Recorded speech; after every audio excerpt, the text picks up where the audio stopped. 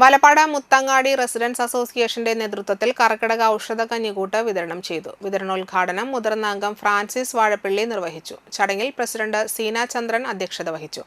Secretary Babu PS, joint secretary Meenakumari എന്നിവർ സംസാരിച്ചു. നമ്മൾ വിതരണം ചെയ്യുകയാണ്. കഴിഞ്ഞ വർഷം ഇങ്ങനെ പല നമ്മുടെ അംഗങ്ങൾ ഇങ്ങനെ സൂചിപ്പിക്കുകയുണ്ടായി. അപ്പോൾ അതിൻ്റെ അടിസ്ഥാനത്തിൽ നമ്മൾ ഈ വർഷം വിതരണം ചെയ്യുകയാണ്. നമുക്കറിയാം ഇതിൻ്റെ ഒരു പ്രാധാന്യത്തെക്കുറിച്ച്. വളരെയധികം ഔഷധ മൂല്യമുള്ള ഒന്നാണ് ഈ കർക്കിടക കഞ്ഞിക്കിറ്റ്. അപ്പോൾ ഒരാഴ്ചത്തേക്കുള്ള സംഭവം ഇതാണ്, കിറ്റാണ് ഉള്ളത്. അത് നിങ്ങൾ ഒരളവിൽ എടുത്തിട്ട് അത് പാക്കറ്റാണ്, അതെടുത്ത് ചെയ്യുക.